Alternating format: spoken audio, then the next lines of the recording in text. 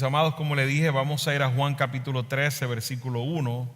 A lo mejor ya se había olvidado, pero estábamos en una serie del Evangelio de Juan y hoy retomamos la serie en el Evangelio de Juan. Vamos por el capítulo 13 y fue intencional que lo dejé hasta ahí porque no quería haber interrumpido. Entramos en una serie muy importante del Evangelio de Juan. Aunque usted no lo crea, estamos a horas de la crucifixión en Juan capítulo 13, pero Juan todavía tiene más capítulos. Así que estaremos en Juan capítulo 13 hasta el 17 algunas semanas, que es una sección completa. El sermón de hoy lo he titulado El amor de Cristo a sus discípulos, y estaremos en este versículo 1, estaré solo predicando un versículo, es el versículo 1. Estaremos mirando adelante este amor de Cristo a sus discípulos, esta ventana que nos ha abierto Juan, el evangelista, quien escribe el Evangelio, para ver esa conversación hermosa, ese tiempo hermoso entre Cristo y sus discípulos, y que de una manera espiritual nosotros estamos ahí, ya tenemos el texto, estamos ahí en una manera espiritual y veremos más de eso más adelante. Pero quisiera leer el texto. Dice en Juan capítulo 13, versículo 1: Antes de la fiesta de la Pascua, sabiendo Jesús que su hora había llegado para pasar de este mundo al Padre, habiendo amado a los suyos que estaban en el mundo, los amó hasta el fin. En toda honestidad me debatía en estos días si haber predicado del versículo 1 al versículo 17, lo cual haré la próxima semana.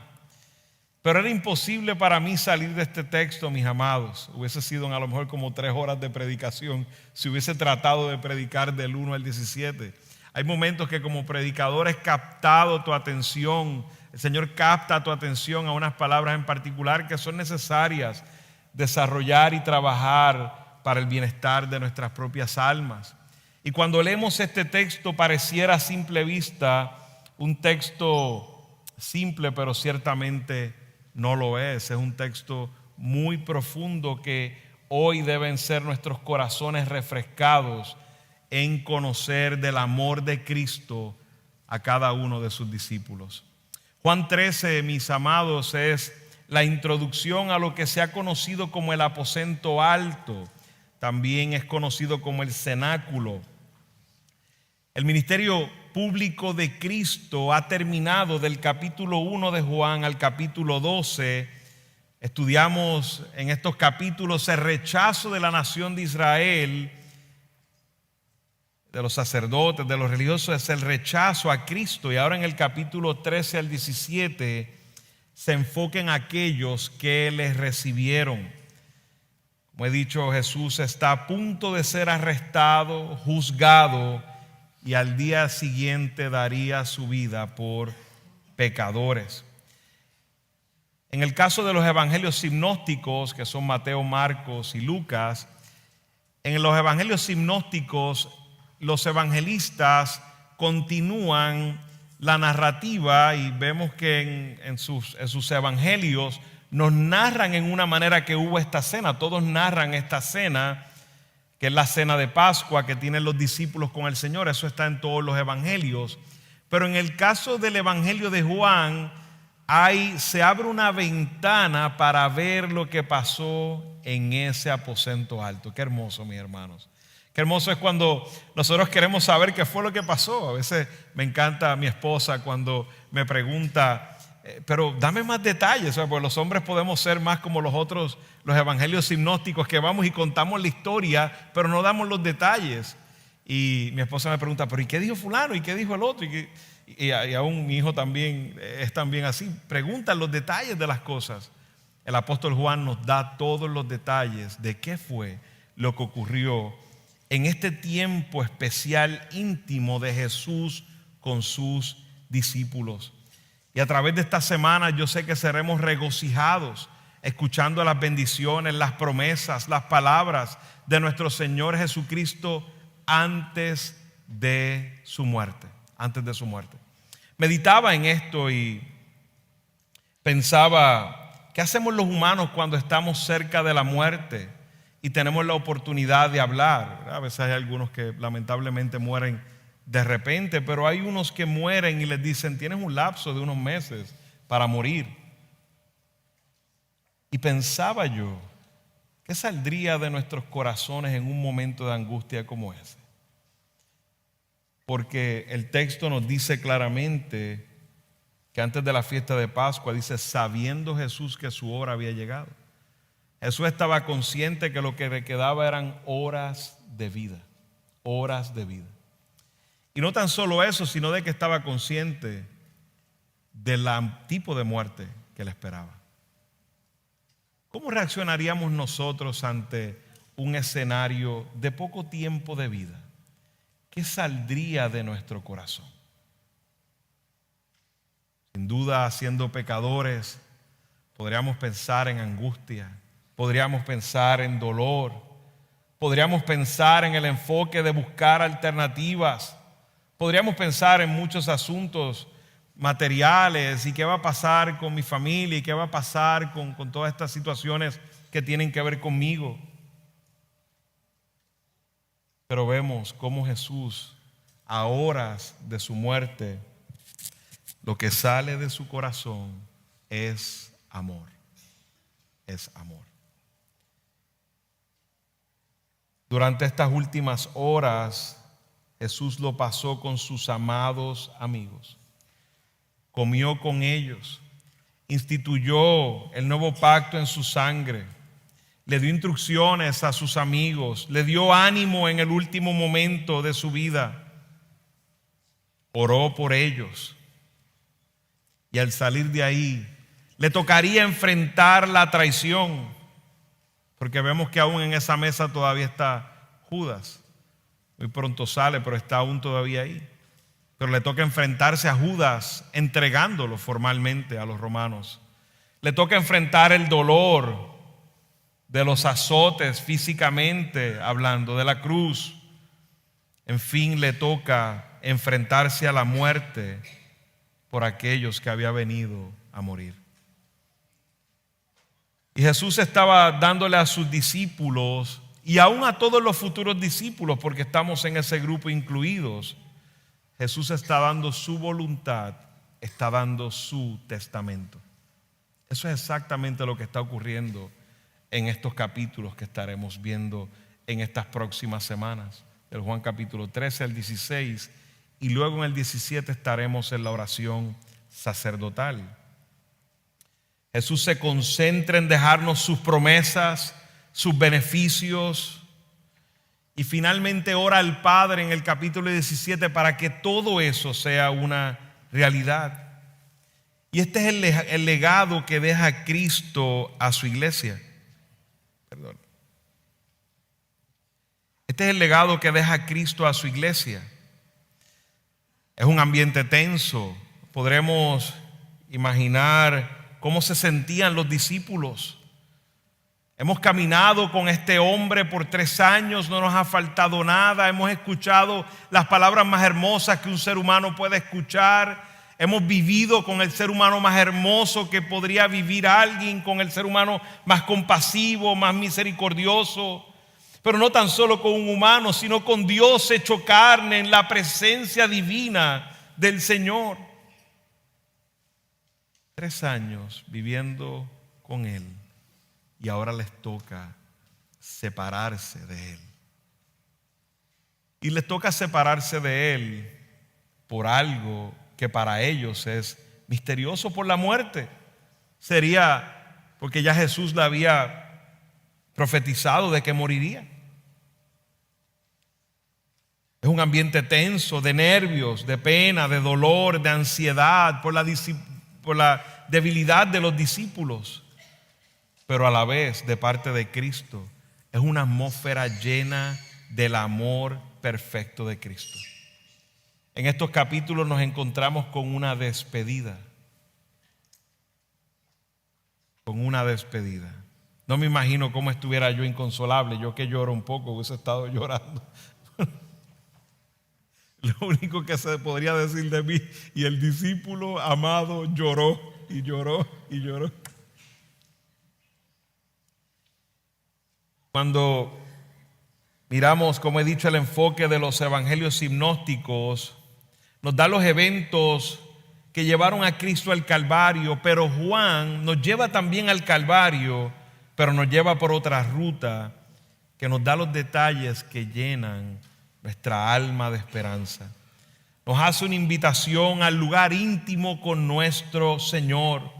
Juan abre la puerta del aposento de la Pascua. Nos invita a sentarnos a la mesa y experimentar en primera fila ese tiempo íntimo entre los discípulos y su Señor. Dice Pastor MacArthur acerca de esto: Juan nos abre una ventana al corazón de Jesús.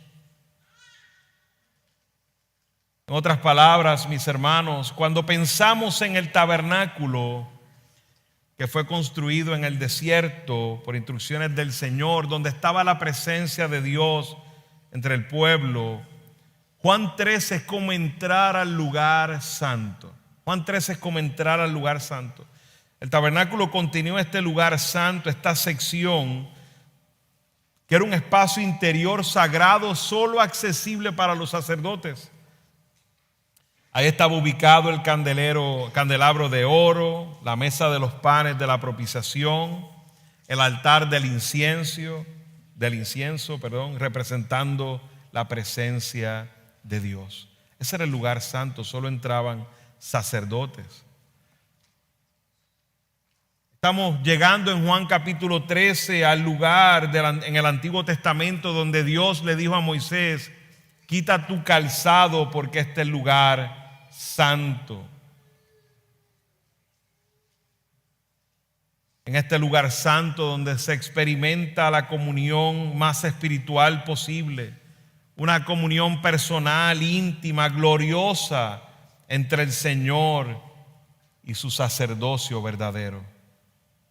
Disponibles para aquellos que el apóstol Pedro llama el real sacerdocio, la nación santa, el pueblo adquirido por Dios, aquellos que son llamados a predicar las excelencias del glorioso Jesucristo, aquellos que fuimos sacados de las tinieblas a la luz admirable. En este lugar santo, el Señor se encarga de comunicarle a sus sacerdotes todo lo que ha preparado para quienes le aman. Eso sucede entre el capítulo 13 y el versículo 16. Pero en el capítulo 17 había otro lugar, otra recámara en ese tabernáculo que era el lugar santísimo. Era el lugar santísimo. En ese lugar santísimo estaba separado por un velo y ahí residía la presencia de Dios y se guardaba el arca del pacto con las tablas de la ley. Y solo el sumo sacerdote podía entrar una vez al año en el día de la expiación. Ahí se rociaba la sangre, se ofrecía el incienso, que simbolizaba el camino hacia Dios que Jesús abrió con su sacrificio. Pero ahora nos damos cuenta que en ese lugar santísimo, en Juan 17, está orando el Señor. Y hay acceso para todos aquellos que estamos vestidos del verdadero sacerdote, del único y majestuoso, exclusivo sacerdote Jesucristo. Por eso cuando Jesús muere en la cruz del Calvario, el velo del templo es rasgado, nos narra Mateo. Ya tenemos acceso al Padre. Aquello que en algún momento podría representar la muerte, en Cristo somos cubiertos por el verdadero sumo sacerdote. Es interesante cuando miramos Juan capítulo 13 al 16 y aún el 17, nos damos cuenta que en Jerusalén había un templo. Se supone que si hay un templo, según el Antiguo Testamento, lo más sagrado que estuviera ocurriendo en esa ciudad fuera ¿dónde? En el templo. Pero lo más sagrado no estaba pasando en el templo. Lo más sagrado estaba pasando en un lugar que era prestado. en un lugar que no era ni de los apóstoles ni de Jesús. Lo leeremos ya pronto en Lucas. Es un lugar dado por Dios, sin duda, porque fue de manera milagrosa que pudieron llegar a ese lugar. Pero un lugar común. Ahí vamos viendo una transición importante. Vamos viendo que el templo solo era una sombra que prefiguraba el verdadero templo, que es el cuerpo de Cristo. El verdadero lugar santo ya no es un edificio, es el lugar donde está el santo. Nosotros tenemos este lugar muy hermoso, mis amados. Qué bueno que tenemos este lugar. Pero si nos reunimos en el estacionamiento o adelante en la plaza, lo más importante es dónde está el santo, dónde está el Señor. Ese es el lugar santo. Nosotros cuando nos vamos de aquí, esto es solo varillas, cemento, alfombra, esto es materiales. No hay nada especial en este lugar. Y el templo sin duda tuvo su momento, que era necesario adorar en el templo. Pero eso era solo una sombra para que Cristo, el verdadero templo, fuera glorificado. Y aquí estamos viendo ya en el Evangelio esta transición de pacto que está ocurriendo, donde ya no es lo físico, sino es ahora lo espiritual en Cristo. Cristo es el templo. Lo único que estaba pasando en el templo, lamentablemente, era diabólico. Lo único que estaba pasando en el templo no era nada agradable a Dios. Aquel verdadero sumo sacerdote estaba entre ellos y lo rechazaron. Todos esos sacrificios que estaban haciendo en esa Pascua eran en vano. No había nada agradable a Dios en ese templo. Pero en un lugar remoto en Jerusalén estaba toda la gloria de Dios. Con pescadores, con hombres ordinarios, con hombres en una manera indoctos, no conocían la palabra de Dios a cabalidad como muchos de aquellos sacerdotes a lo mejor la sabían. Pero ahí, a esos, Dios estaba dándole la mejor parte de esa hermosa Pascua que se estaba celebrando. El santo, el Señor es el que santifica cualquier lugar en el sentido de la iglesia. Cuando se reúne su iglesia, la presencia de Cristo de manera especial es lo que santifica verdaderamente el momento. ¿Quiénes son los verdaderos sacerdotes? Bueno, son sus discípulos, como he comentado, son el sacerdocio real, el pueblo santo, el pueblo adquirido por Él. Así mismo lo llama Pedro en su carta. Ustedes son un sacerdocio real, una nación santa, un pueblo adquirido por Dios. Este lugar santo, como ven y vemos que es movible, porque empieza en el lugar, en el aposento alto, en este lugar que escogieron para tener la cena de Pascua. Pero nos damos cuenta que en el capítulo 14, versículo 31, Jesús le dice: levántense, vámonos de aquí. Pero es en el capítulo 14, versículo 31. Todavía Jesús está revelando promesas y cosas hermosas. Nos damos cuenta que el lugar santo es donde esté Él. Ahí iban en camino hacia Getsemaní, donde sería luego la oración sacerdotal. O sea que no había nada especial en ese lugar donde se reunieron para la última cena de Pascua. Lo especial estaba en que Cristo estaba ahí. Mis amados, eso nos da una gran enseñanza como iglesia. Lo especial está cuando Cristo está entre nosotros. Cuando Cristo es predicado, cuando Cristo es vivido, cuando Cristo es exaltado. Una iglesia sin Cristo es solo un edificio más, es solo un lugar más. Cristo es lo especial de todo. Cristo es aquel que llena todo. Debemos anhelar como iglesia a Cristo. Dame a Cristo debe ser la oración de la iglesia. Debe ser la petición a los pastores: pastores, está bien todas esas cosas, pero dame a Cristo. Esa debe ser la oración de cada uno de nosotros. Sin Cristo estamos vacíos, somos nada. El lugar santo se mueve al huerto de Getsemaní. En el capítulo 17, en esa transición, vemos que continúa en el capítulo 15, capítulo 16, hablando de las promesas, las bendiciones, hasta llegar a Getsemaní en el capítulo 17 y hacer esta oración sacerdotal. Juan nos permite a todos estar allí en el lugar santo. Y se nos es permitido porque Jesús en su oración, en el capítulo 17, versículo 20, dijo: no ruego solo por estos, refiriéndose a los 11, porque ya Judas no estaba entre ellos, sino también por los que creerán en mí por la palabra de ellos. No hay un verso más hermoso que ese en toda esta sección, hermanos. Porque ahí nos dice que nosotros estamos incluidos en todas estas bendiciones y promesas de las que ha hablado Cristo. Esto no es solo para esos 11 discípulos, era para ellos y para los que creyeran en la palabra de ellos.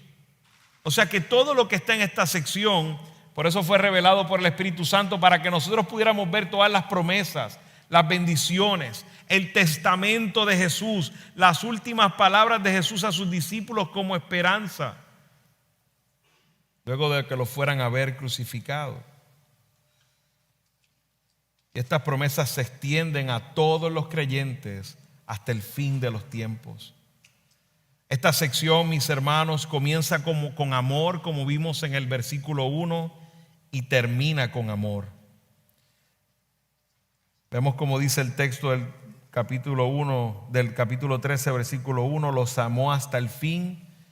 Y en el capítulo 17, versículo 26, dice: yo les he dado a conocer tu nombre y lo daré a conocer para que el amor con que me amaste esté en ellos y yo en ellos. Qué tremendo predicador es nuestro Señor.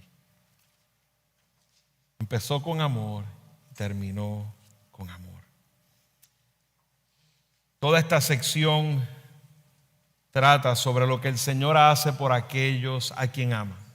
En 1 Corintios 13 nos encontramos la definición del amor en palabras, pero en esta sección encontramos la definición del amor en las acciones de aquel que es el amor en persona, Jesucristo. Hoy el texto nos guiará a conocer ese amor perfecto de Cristo por sus discípulos. Este amor de Cristo, que es un amor sacrificial, íntimo y eterno. Es un amor sacrificial, íntimo y eterno. ¿Cómo Cristo ama a sus discípulos? ¿Cómo se ve este amor perfecto, ese amor ágape? Y estas son las tres características de este amor. Como he dicho, es un amor sacrificial, es un amor íntimo, es un amor eterno. Yo no sé cómo tú llegaste aquí hoy, mi amado.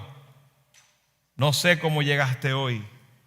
No sé cómo te has sentido en estos días, pero es mi intención que salgas de aquí sintiéndote como lo que eres, un amado del Señor. Si no has entregado tu vida a Él, que vengas a ese amor perfecto que solo se encuentra en Cristo. Esa primera característica de este amor de Cristo a sus discípulos, como he dicho, es un amor sacrificial. Es un amor sacrificial. Dice el texto: antes de la fiesta de la Pascua, sabiendo Jesús que su hora había llegado para pasar de este mundo al Padre. Sabiendo Jesús que su hora había llegado. Es un amor sacrificial. Algo interesante como contexto es que los judíos galileos celebraban la Pascua el jueves por la noche en tiempos de Jesús. Esto es algo que algunos tratan a veces como de compaginar, pero cuando miran la Semana Santa, que normalmente se celebra la Semana Santa. Dicen, pero ¿por qué la cena del Señor es jueves? Y se entra en este conflicto. Es que los judíos galileos celebraban la Pascua jueves por la noche en estos tiempos. Así que estamos en jueves, estamos en esta semana de la Pasión, estamos en jueves, el día jueves. Y ellos contaban, y la diferencia estriba en que los judíos galileos contaban un nuevo día desde el amanecer hasta el amanecer. Desde el amanecer hasta el amanecer. Sin embargo, los judíos de Judea contaban el tiempo, utilizaban desde la puesta del sol hasta la puesta del sol, lo que eso hace un cambio en cuanto a qué día estaban viviendo. Para efectos, los galileos, ese jueves era el día correcto para celebrar la Pascua. Era equivalente al viernes por la noche para los judíos de Judea. O sea que en una manera, aún lo que estaban haciendo los galileos, ellos celebraban la Pascua el viernes en la noche, el jueves en la noche. Ya ese jueves en la noche era viernes para el judío de Judea, porque había caído el sol, empezó el próximo día. O sea que no estaban de alguna manera confrontados de ninguna manera. La Pascua estaba siendo el mismo día, era la diferencia en cómo veían el día. O sea que los galileos sacrificaban sus corderos pascuales el jueves por la tarde y comían la cena esa misma noche, mientras los judíos de Judea los sacrificaban el viernes al otro día para los galileos y comían la cena al atardecer del viernes. De manera perfecta, esto quedó de manera perfecta. Imagínate todos los detalles que Dios ha coordinado desde antes de la fundación del mundo. Todos los detalles. Tenía que ser así para que Jesús fuera sacrificado en Jerusalén, no según los judíos galileos, según los judíos de Jerusalén donde estaba el templo. Tenía que ser Jesús sacrificado. Tenía que Jesús compartir la Pascua con sus hermanos. Y tenía que Jesús estar a tiempo para el sacrificio en la cruz del Calvario. Solo Dios puede compaginar todo eso, mis amados. Solo el Señor. Cuando miramos en Lucas capítulo 22, versículo 8, el Señor Jesús, en preparación para esta cena de Pascua, en el versículo 8 del capítulo 22 le dice: entonces Jesús envió a Pedro y a Juan diciéndoles: vayan y preparen la Pascua para nosotros, para que la comamos. ¿Dónde deseas que la preparemos?, le preguntaron, y él les respondió: miren, al entrar en la ciudad les saldrá al encuentro un hombre que lleva un cántaro de agua, sígalo en la casa donde entre. Yo me imagino siguiendo las instrucciones, pero ese hombre va a pensar que lo vamos a asaltar. Eso estaba ya coordinado desde antes de la fundación del mundo. Y si dirán al dueño de la casa: el maestro te dice, ¿dónde está la habitación en la cual pueda comer la Pascua con mis discípulos? Entonces él les mostrará un gran aposento alto, dispuesto, prepárenla allí. Ellos fueron y encontraron todo tal como él les había dicho y prepararon la Pascua. Será el día jueves haciendo los preparativos para esa tarde tener la Pascua. ¿Y qué era esta fiesta de Pascua? Esta era una fiesta de sacrificios. Hemos hablado antes de esta fiesta de Pascua.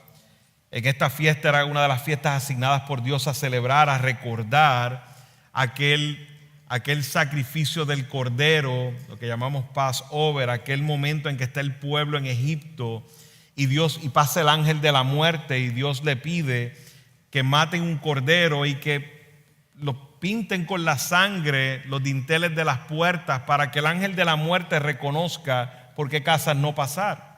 Y así pasó, murieron todos los primogénitos de los egipcios, pero no murieron los primogénitos de los judíos. Y por eso se llama Passover, porque el ángel pasó y no se posó en ese lugar. Eso lo vemos en Éxodo capítulo 12, versículos 1 al 14, nos da esta historia. Que por eso era que se celebraba esta Pascua. Esta era la fiesta mayor, con mayor asistencia, conocido por todos los judíos. Y los judíos venían de diferentes países cercanos, ciudades cercanas, a celebrar la Pascua. Traían los corderos o los compraban ahí. Se estima que se mataban más de 250,000 corderos en una actividad de Pascua. Era una actividad sumamente sangrienta. Esto era recordando esa liberación del pueblo hebreo de Egipto. Este era un evento importante, un evento que tenía que celebrarse. Esta sangre de Pascua distinguía al pueblo de Dios de lo que no eran pueblo de Dios. La observancia de esta Pascua era también una señal de la verdadera fe en el Señor, en el Dios de Israel. La sangre del Cordero Pascual simbolizaba para el pueblo judío la salvación de la ira de Dios. La cena de Pascua, en fin, era una sombra de lo que habría de venir. Ese cordero que se mataba cada año, se sacrificaba, era una sombra del cordero perfecto. Era un recuerdo de esa matanza de los corderos en Egipto, de esa sangre salpicada en las puertas para ser librados del ángel de la muerte y rescatados de Egipto, para que el pueblo pudiera ver a Dios como Salvador, como Libertador. Ellos debían mirar atrás y ver que Dios los había salvado y mirar al futuro. De esa misma manera Dios los salvaría con un cordero inocente. El cordero de Pascua era el símbolo más claro de salvación, de rescate que había. De hecho, por eso Juan el Bautista, cuando ve a Jesús y lo ve que es el Mesías, el indicado, dice: he aquí el Cordero de Dios que quita el pecado del mundo. Este sería el último cordero sacrificado. Ese sería aquel verdadero que traería salvación. Esto tendría que suceder antes de la Pascua. Usted se acuerda que cuando hemos predicado en Juan nos hemos dado cuenta de la famosa frase que la vimos varias veces: y no había aún llegado la hora. Y no había aún llegado la hora. No lo iban a matar antes, no lo podían matar antes, porque Él sería el Cordero de la Pascua.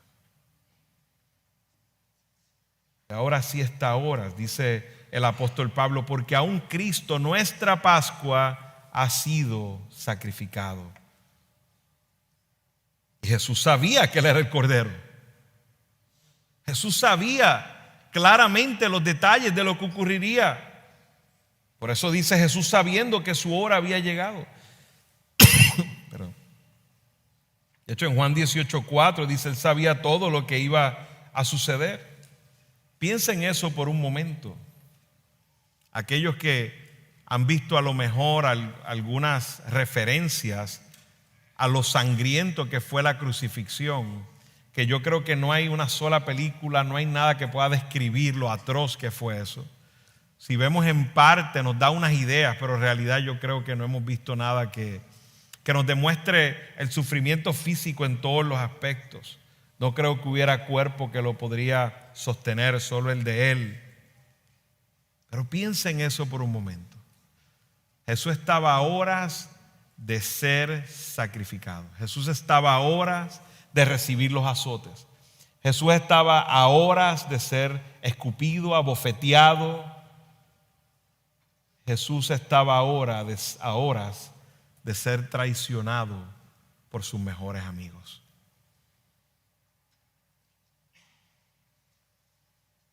Pero lo que sale de su corazón es amor.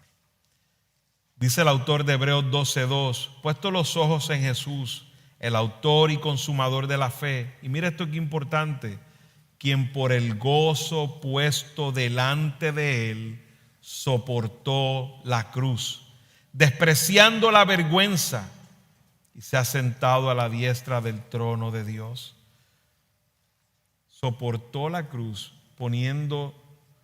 mirando más adelante la esperanza, el gozo, nuestra salvación, el gozo de que sus amigos estarían con Él para siempre, el gozo de que sus amigos serían perdonados por su sacrificio.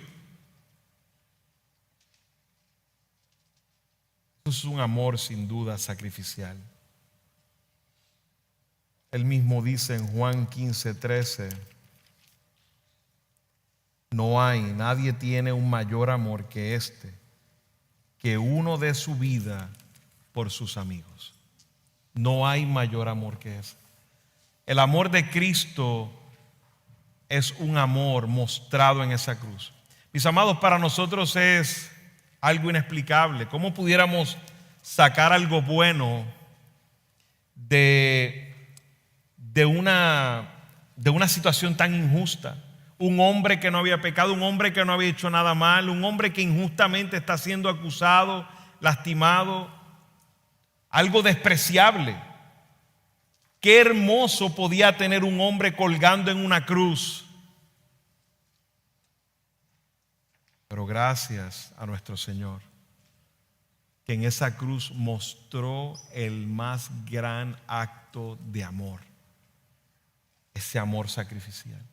Es poner la vida, como dice, nadie tiene mayor amor que este, poner la vida por sus amigos. Y hermanos, cuando nosotros pensamos en el amor sacrificial de Cristo, a pesar de que ninguno de nosotros estamos llamados a ir a una cruz por nadie, y la razón de eso es porque no tendría ninguna validez. ¿Qué validez tendría que un pecador muera por otro pecador? Ninguna. A pesar de que no estamos llamados a hacer lo mismo en ese sentido que hizo Cristo en cuanto a la salvación, pero sí nosotros estamos llamados a ese amor sacrificial, y lo veremos más adelante en los versículos. Estamos llamados a ese amor sacrificial, y mirando el amor de Cristo debe venir a nuestra mente y a nuestro corazón: ¿yo estoy amando sacrificialmente? Una de las cosas del amor de Cristo es que el amor de Cristo ha sido depositado en nosotros, ha sido dado a nosotros. Dios nos ha hecho capaces de amar, y de la manera que Cristo ama sacrificial, nosotros también podemos amar sacrificialmente sin esperar nada a cambio. Si usted se enterara y le dieran y le leyeran el futuro, ¿verdad? Que eso es adivinación, eso es pecado. Pero simplemente lo quiero poner a pensar en cómo están nuestros corazones en ocasiones. Pero si usted pudiera ver el futuro y ver que uno de sus hermanos lo traicionaría aquí en la iglesia, y usted sabe que en 2 o 3 semanas usted está seguro que él lo va a traicionar, y hoy le pide algo que le va a costar a usted sacrificarse, ¿usted lo haría? Es falso. Si usted lo que le quedan son 2 o 3 semanas para... Jesús sabía todo lo que pasaría. Jesús escuchó en su mente las palabras de Pedro negándolo, y fue y le lavó los pies. Ese es el corazón de nuestro Señor. Y a veces nosotros mucho pensamos para ponernos nuestros intereses a un lado y mostrar ese amor sacrificial. El amor de Cristo es sacrificial, pero el amor de Cristo también es íntimo, es un amor íntimo.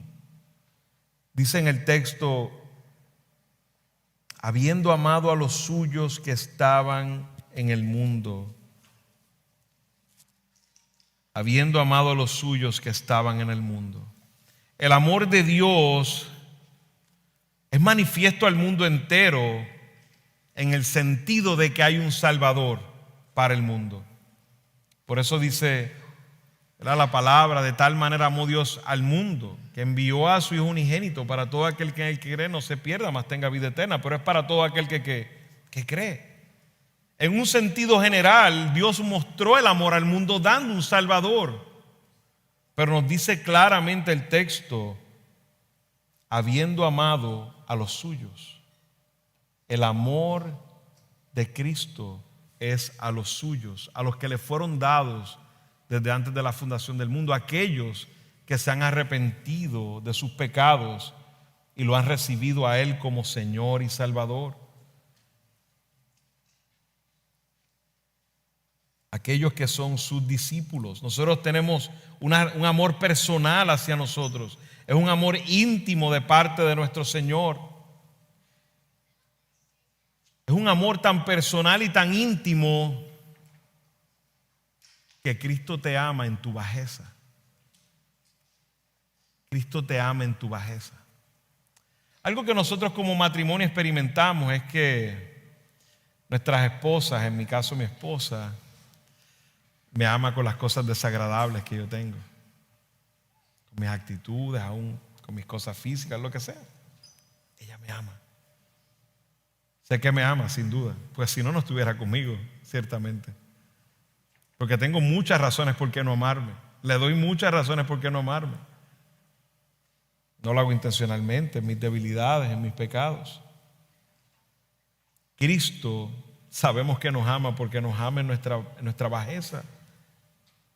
Lo primero que pasa es que Cristo conoce los corazones de cada uno de estos discípulos. Ya Cristo sabe que Pedro lo negaría, se lo profetizó.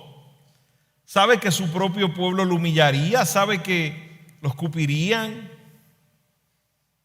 gritarían crucifícale.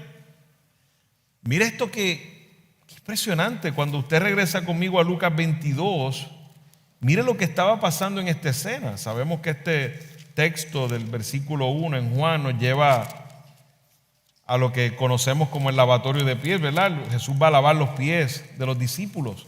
Pero miren Lucas 22, la conversación y el contexto de lo que está pasando. Estos son por las personas que Jesús va a ir a la cruz del Calvario, incluyéndonos a nosotros.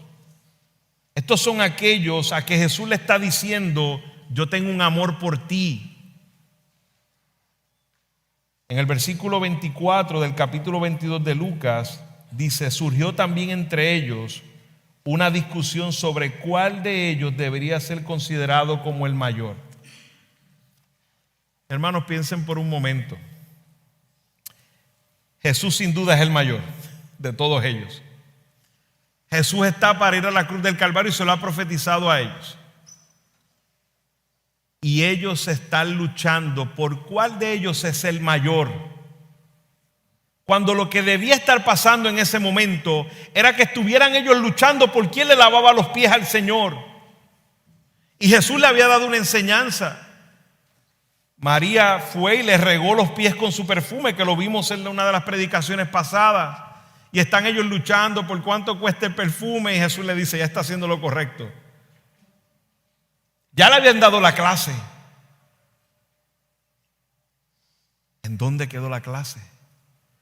Ahora están luchando. Y nosotros decimos: wow, pero esos discípulos son terribles. Hermano, nosotros no seríamos mejores. Nosotros hubiésemos estado a lo mejor en la misma pelea, en la misma discusión, o peor. Hoy que tenemos toda la verdad delante de nosotros, seguimos viviendo en pecados atroces, deshonrando al Señor.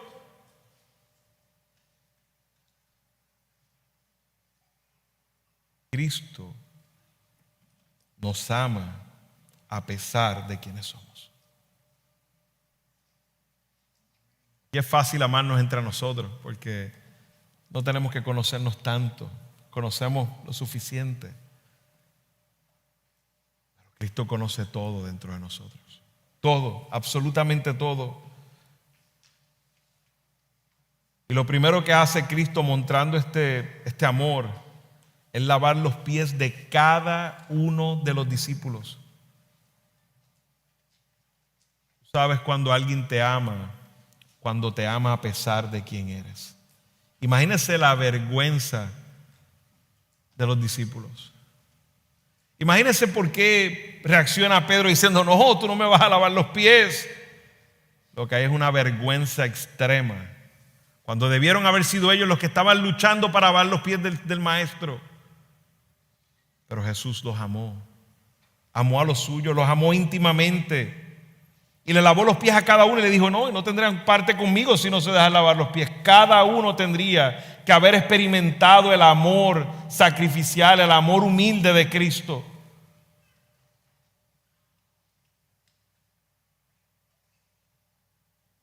Romanos 5 al 8 dice: y la esperanza no desilusiona, porque el amor de Dios ha sido derramado en nuestros corazones por medio del Espíritu Santo que nos fue dado.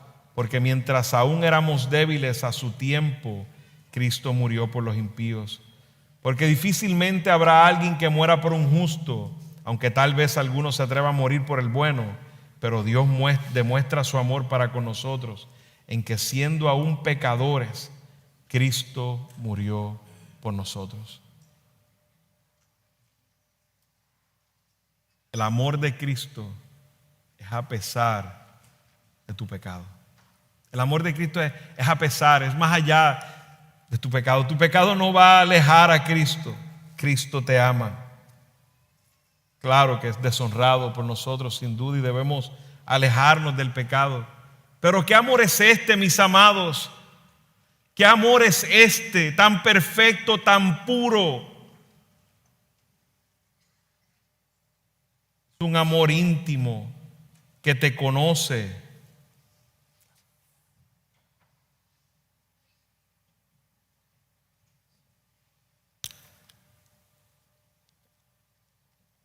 Gracias por tu amor, amado hermano. Es un amor íntimo que te conoce. Pedro lo negaría, pero el Señor se encontraría más adelante con él para restaurarlo. Mi amado, Jesús es un amante de tu ser.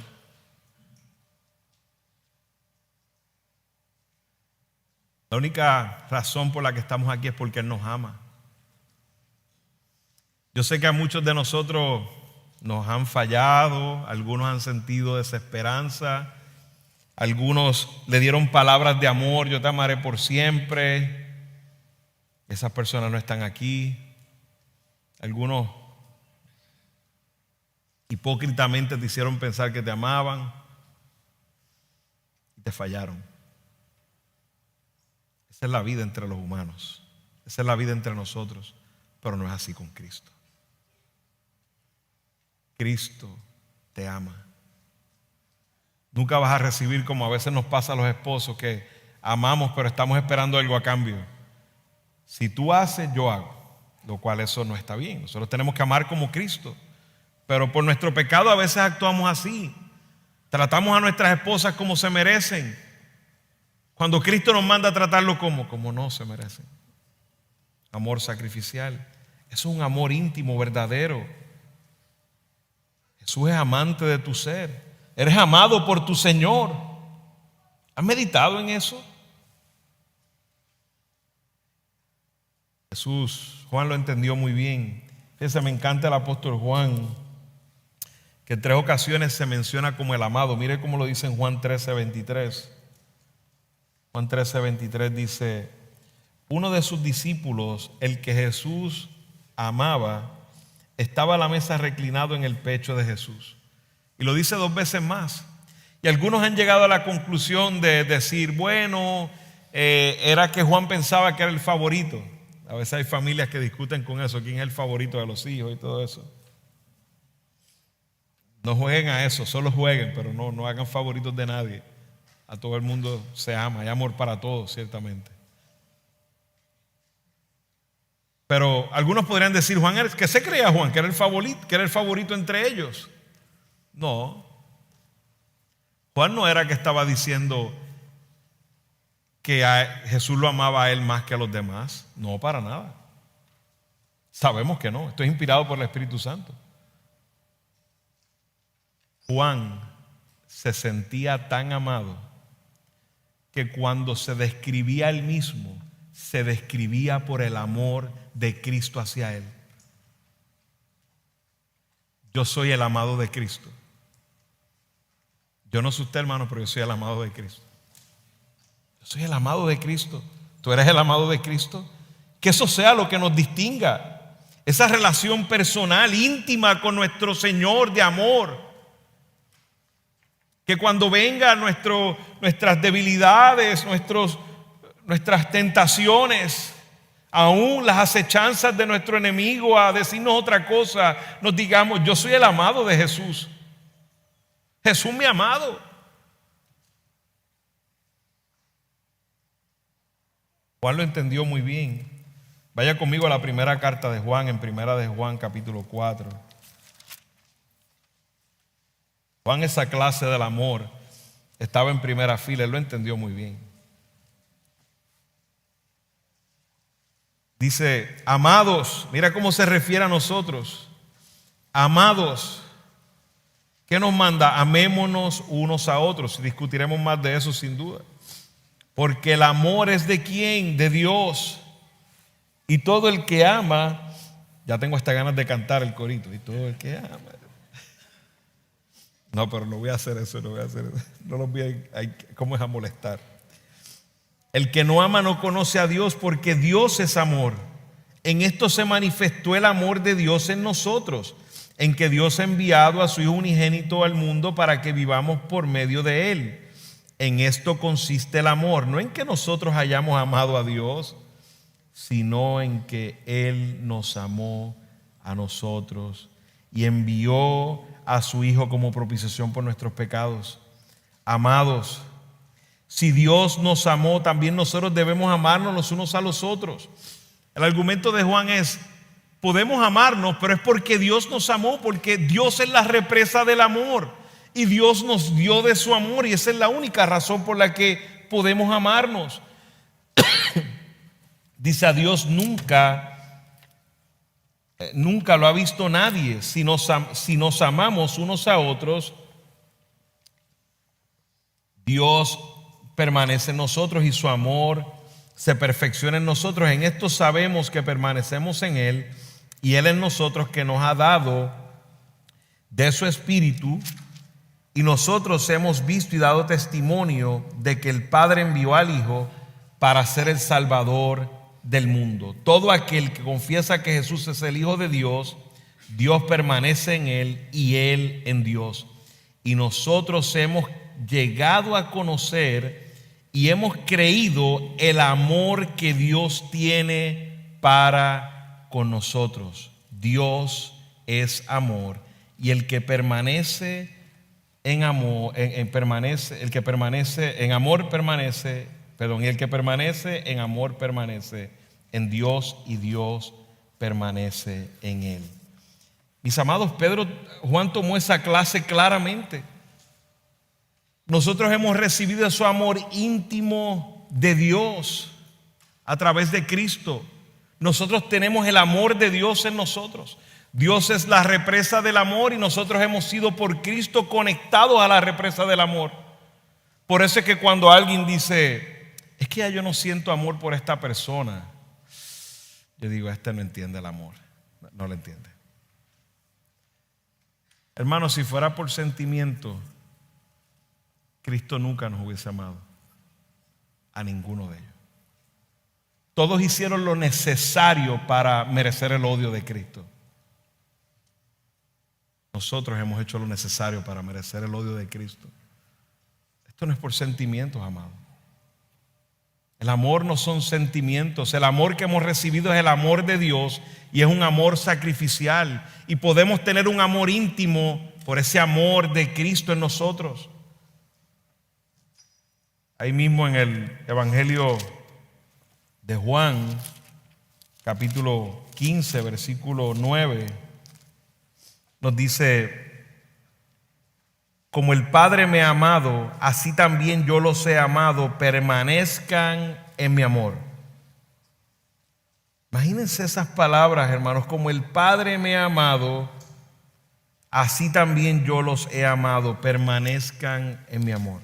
De la manera que el Padre ama al Hijo, es la manera en que somos amados.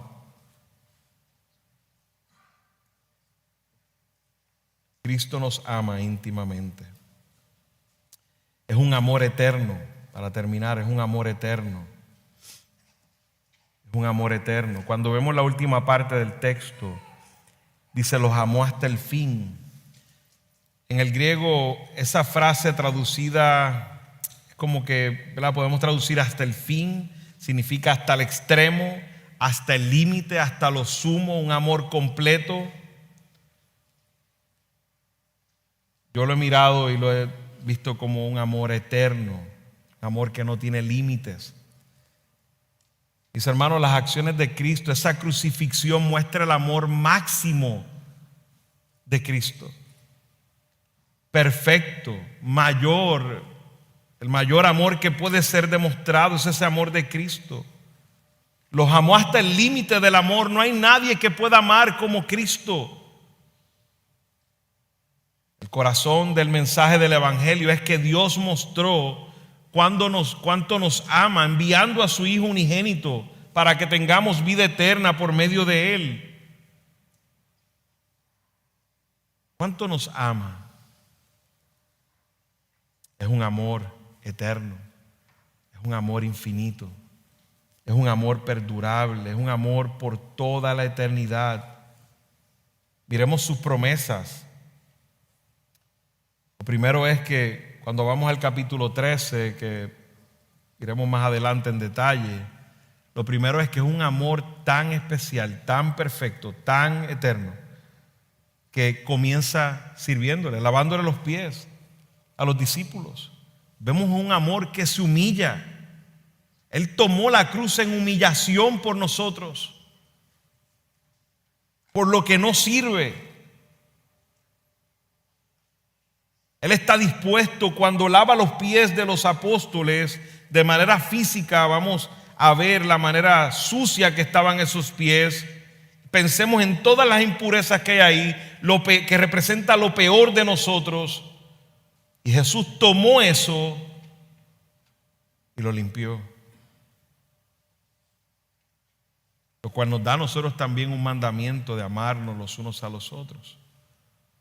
Lo cual implica que parte de sus promesas que abarcan ese amor eterno de Él es que nos da la capacidad de amar. Porque si no, no nos pudiera dar un mandamiento. Si no nos ha dado capacidad de amar, ¿cómo podremos cumplir un mandamiento? Pero no tan solo eso, amados. En el capítulo 14 nos da un lugar con Él, nos está preparando una morada para que estemos con Él por siempre. Y nos da la promesa de que nos vendrá a buscar y llevarnos allí con Él. ¿Ha entendido el amor de Cristo? Vemos claramente como un matrimonio, el futuro esposo iba hacia un contrato y dejaba a su novia ahí, y de seguro vendría a buscarla y va a preparar un lugar para venir a buscar a su esposa para traerla. Eso es lo que está pasando ahí. Jesús nos está prometiendo que vendrá por nosotros. Eso pasa ahí en el capítulo 14. También en ese capítulo 14 Jesús promete darnos todo lo que necesitamos, sin reservas. Jesús nos promete darnos el Espíritu Santo como nuestro ayudador. No estaremos solos. El Padre y el Hijo morarán en el Espíritu Santo en nosotros. Nos da el Espíritu Santo, que es el maestro de la verdad. Nos permite conocer sus palabras, conocerlo mejor a Él. En ese mismo capítulo 14 promete dar una paz, que es una paz perfecta. En el capítulo 15 nos promete que tengamos una vida abundante, un fruto espiritual abundante, mis hermanos. Esas son las promesas de nuestro amado, de nuestro Señor.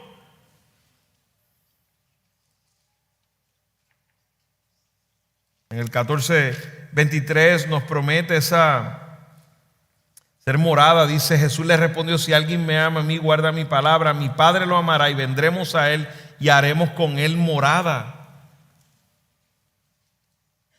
Promete hacernos parte de una familia que es la iglesia.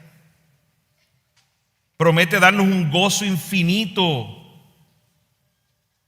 eterno. Promete darnos la victoria frente a la persecución. Nos dice: tendréis aflicción, pero confiad que yo he vencido al mundo.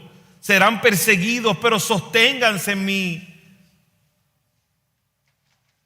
Promete darnos el poder para proclamar el Evangelio. Prometió venir a buscarnos para llevarnos con su Padre y ver su gloria. Y si queda algo fuera, lea conmigo en capítulo 16, 15.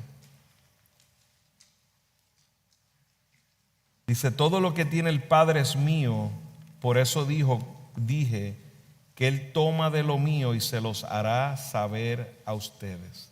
Por si acaso se quedó algo.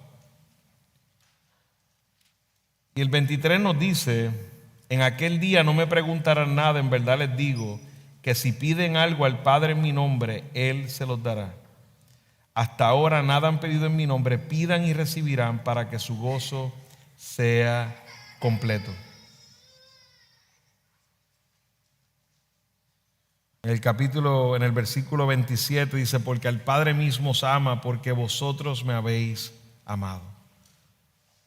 Mis hermanos, todos los que estamos en Cristo, estamos inmersos en una relación de amor. Todas estas promesas se extienden desde el capítulo 13 hasta el capítulo 16. Y lo más hermoso es que el capítulo 17, Jesús empieza en su función sacerdotal y como sacerdote intercede al Padre para que todas esas promesas sean cumplidas. Somos los amados de Dios. Si hay alguien aquí que no ha experimentado el verdadero amor, porque es impresionante que entender y pensar que mucha gente dice: yo amo a alguien, yo te amo. Te voy a decir algo: si tú no conoces a Dios, tú no sabes lo que es el amor. Dios es amor. Y algunos de ustedes dirán: pero pastor, ¿pero cómo? Pero si la gente puede amar. Bueno, la palabra amor, fuera del contexto bíblico, tiene un significado para el mundo. La realidad es que el amor de Dios es tal, la represa del amor es tal, que usted puede encontrar charquitos de agua y a lo mejor usted va a experimentar algunas bondades del amor fuera de Cristo. Pero si no estás conectado a la represa del amor, es imposible que des amor. No podrás dar algo que no tienes. Hay una fuente del amor. Por eso es que el amor del mundo, como es narrado, dice: no, ya yo no siento amor, pues me dejo de esta persona. Pero ese no es el amor de Dios. El amor de Dios es inagotable. Y si hoy tú estás aquí y no has experimentado una verdadera relación de amor, no sigas lastimándote. Ven a Cristo. Ven a Cristo. Él es el amor en persona. Ven a Él. Es un acto de amor que Él te haya permitido escuchar este sermón. Ven a Él. Él no va a rechazar un corazón contrito y humillado. Ven a buscar el verdadero amor, porque sin Él no podrás amar a nadie. Sin Él no podrás reconocer el verdadero amor. Ven a Cristo. Así mismo dijo el Señor: de tal manera amado al mundo que dio a su Hijo unigénito. ¿Cómo desprecias el acto de amor más grande de este mundo?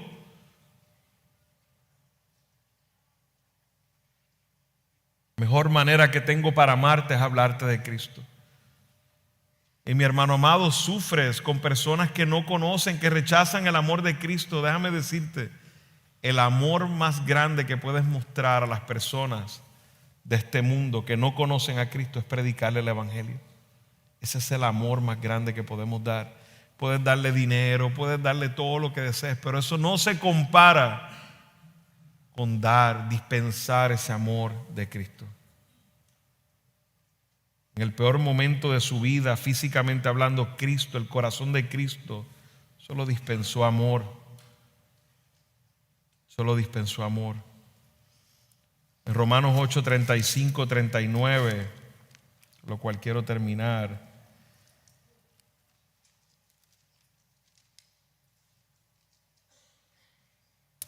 En algún momento vienen pensamientos por nuestro pecado, por nuestras debilidades. Y voy a empezar en el versículo 33. Dice: ¿quién acusará a los escogidos de Dios? Dios es el que justifica. ¿Quién es el que condena? Cristo Jesús es el que murió. Sí, más aún el que resucitó, el que además está a la diestra de Dios, el que también intercede por nosotros. No se nos olvide que hoy Cristo mostró ese amor en la cruz del Calvario, pero hoy ese amor está siendo derramado a través de su trono a la diestra del Padre, intercediendo por nosotros. Eso es triste cuando alguien dice que Dios puede dejar de amarnos o que nos podemos perder la salvación. Estaríamos diciendo que nuestro sacerdote ha fallado. Porque si en primer lugar dependiera de nosotros, no estaríamos en Él nunca, porque somos despreciables sin duda. Pero cuando vengan pensamientos, hermanos, y sientas que ya no hay amor para ti, y te sientas como el mundo te trata o como tú tratas a otros, no midas el amor de Cristo de esa manera. Ven a la palabra y lea a ti esta promesa hermosa que el mismo apóstol Pablo experimentó y hace una pregunta: ¿quién nos separará del amor de Cristo? ¿Usted cree que no estaba en la mente y en el corazón las palabras de Juan cuando dijo que nos amó hasta el fin? Cuando dijo que nos amó eternamente. ¿Quién nos separará del amor de Cristo? Y pregunta otra vez: tribulación o angustia o persecución o hambre o desnudez o peligro o espada. Tal como está escrito, por causa tuya somos puestos a muerte todo el día. Somos considerados como ovejas para el matadero, pero en todas estas cosas somos más que vencedores por medio de aquel que nos amó en pasado. Pero es un pasado indefinido. No termina. Porque estoy convencido que ni de la muerte, ni la vida, ni ángeles, ni principados, ni lo presente, ni lo porvenir, ni los poderes, ni lo alto, ni lo profundo, ni ninguna otra cosa creada nos podrá separar del amor de Dios que es en Cristo Jesús, Señor nuestro. Meditemos en este amor sacrificial, en este amor íntimo, personal, en este amor eterno del amante de nuestro ser, Jesucristo. A Él sea la gloria y la honra por siempre. Gracias, Señor.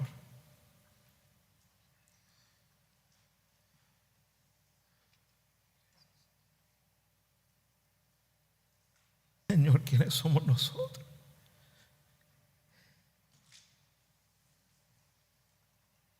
Señor amado, ¿quiénes somos nosotros para merecer tu amor? No, Señor. Tú has mostrado tu amor. Nosotros siendo tus enemigos, siendo esos pecadores día a día, Señor, que a veces no podemos contenernos y pecamos contra ti, Señor. Conocimiento y aún en ignorancia, Señor. Tú limpias nuestras impurezas cada día y derramas ese amor, Señor. Perdónanos, Señor. Perdónanos, Señor. Gracias por recordarnos, Señor, cómo nos amas, Señor. Gracias por abrir la ventana de este tiempo íntimo con tus discípulos. Gracias por permitirnos escuchar las promesas. Gracias por darnos confianza en ti, Señor. Gracias porque te esperamos. A pesar de quienes somos, te esperamos porque tú nos amas, Señor. Gracias por decirnos hoy que nos amas, Señor. Gracias por recordarlo a nuestras vidas. Señor, ayúdanos a vivir como tus amados, Señor. Señor, qué hermoso es cuando en el matrimonio nos sentimos amados y vivimos yo como amado de mi esposa, Señor, porque sé que me ama. Gracias, Señor. Y es notable ante los demás, Señor. Perdóname porque a veces no parezco que soy tu amado, Señor. Perdónanos, Señor. Permite que seamos muestras a este mundo de tu amor, que somos tus amados verdaderamente. Gracias, Padre. Gracias por ese amor eterno que estaremos gozando por siempre. Permítanos meditar cada día en el amor de nuestro Señor. Ese amor entregaste a tu Hijo en la cruz por amor. A Él sea la gloria por los siglos. Amén.